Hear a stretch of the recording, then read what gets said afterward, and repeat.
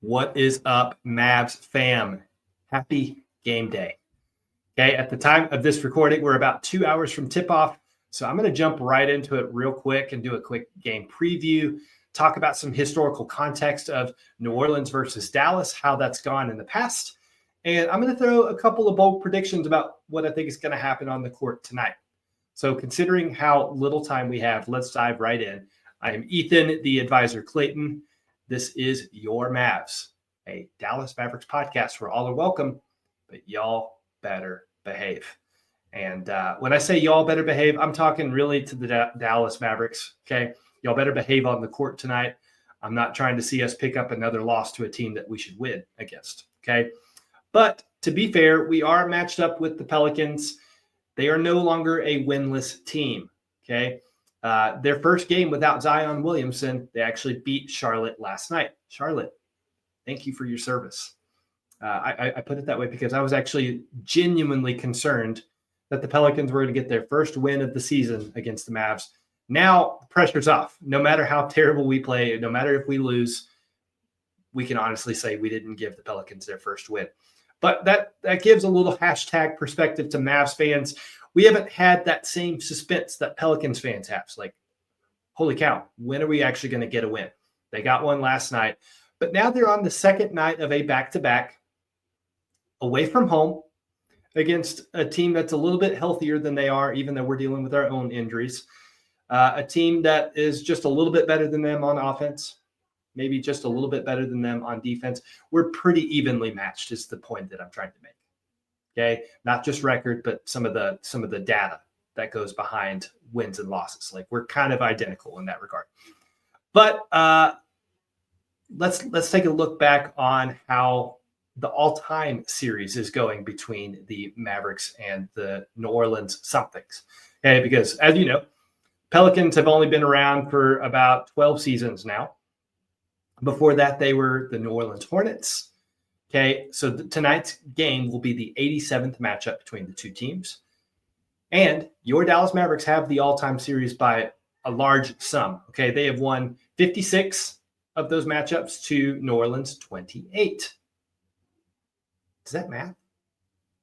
Let me check that real quick. Okay, so this will actually be the 87th matchup. I already said that. The Mavericks have won 57. And the Pelicans have won 29. So, again, the Mavericks have won the vast majority of the games. Okay? So, time or history is on our side here. We tend to have New Orleans' number. Okay? Whether they're the Hornets or the Pelicans, we tend to do well against them. If we look at the highest all-time scoring matchup between the two teams, it actually happened January of this year. The score on that one was 137 to 136, and it actually was a victory for the Mavs. And that game had the highest individual scoring performance of the entire series. That was Luka Doncic putting up 46 points. By the way, I'm wearing this green throwback jersey. You can't see it. There we go. I'll stand on my tippy toe. It's actually a Luka jersey. Story behind me wearing this is like the only two games that we've won this season, I've put on this jersey. Okay, so maybe there's a little bit of superstition going on. Maybe there's a little bit of I'm still just not over the Luka trade, especially seeing how terrible our offense is and how badly we need a point guard that actually does point guard things. That is totally beside the point. But I even brought the only reason I brought that up is because I don't think that we're going to see anywhere near a 46 performance from any player on the court tonight, whether it's Dallas or New Orleans.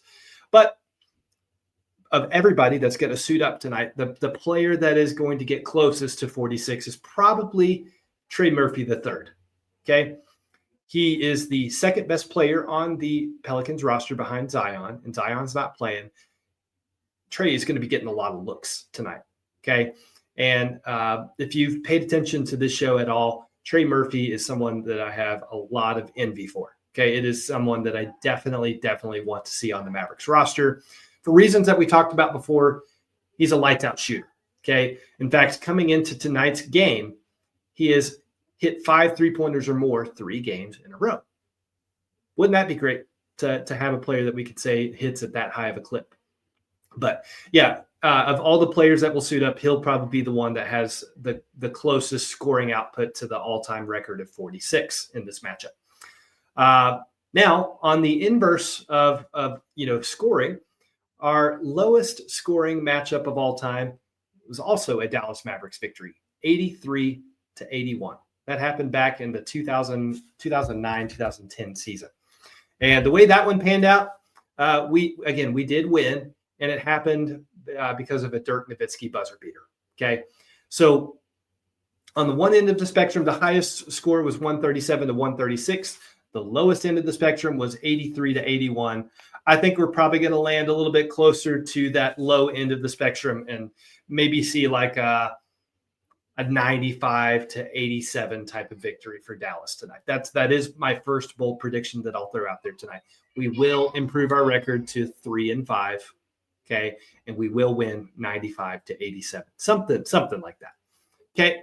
So that's kind of the historical context. We do have the all-time record by a long shot that dates back to previous to the Pelicans even being in a glimmer in anybody's eye. It used to be the New Orleans Hornets. And if you'll remember, that was because the Charlotte Hornets stopped being a thing, and then they became the Charlotte Bobcats. They moved the franchise over to the New Orleans.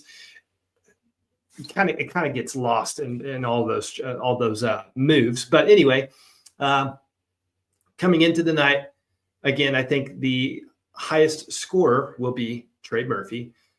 Maybe he puts up 28, 30 points on us, but no big deal because we're going to lock everybody else up on the Pelicans. And basically, they all can't shoot, kind of like the Mavericks can't shoot. The only exception to that would be probably Jordan Poole.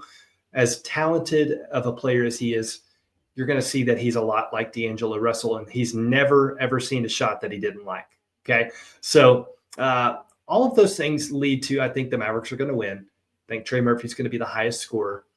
I do think, and I threw a bold prediction out the other day that Cooper Flagg was going to have his first 30-point performance against the Rockets. That didn't happen, okay? Even though I thought I was onto something, he scored 9 in the first quarter on 4-4 shooting. Didn't happen. But I do think, and then I'm going to double down, not necessarily for the 30-point prediction, but I am going to say Cooper Flagg's going to have a nice bounce-back game, right? The chatter continues on Twitter about whether or not he's a bust, and I'm not here for it. Okay.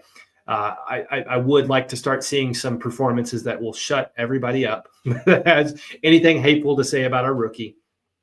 But yeah, I do think at a minimum, we're going to see about 15, 20 points from Cooper, maybe another double-double.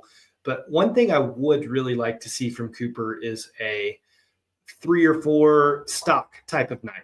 Okay. I want to see more lockdown, highlight defensive plays where he's throwing a shot off the backboard and then taking it in transition, throwing an assist up to an alley-ooper like Daniel Gafford. I think we're going to see a little bit more of that tonight. I'm hoping anyway. So my bold prediction is the Mavericks will win by 7 or 8 points. Neither team will eclipse 100 points really. The Mavericks will get closer than the Pelicans, but neither is going to do it.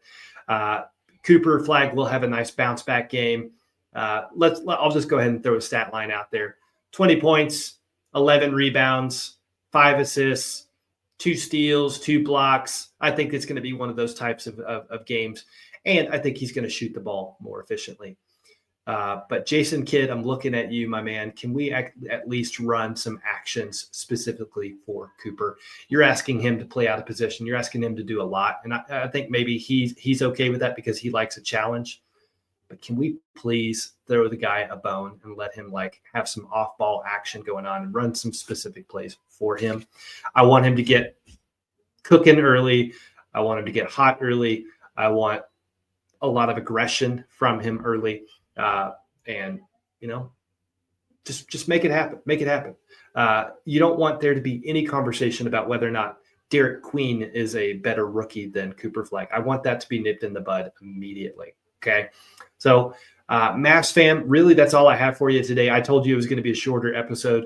We'll dive back into the full rundown tomorrow, but, yeah, I'll keep my eyes on what's happening. And, in the meantime, y'all be good. See you next time.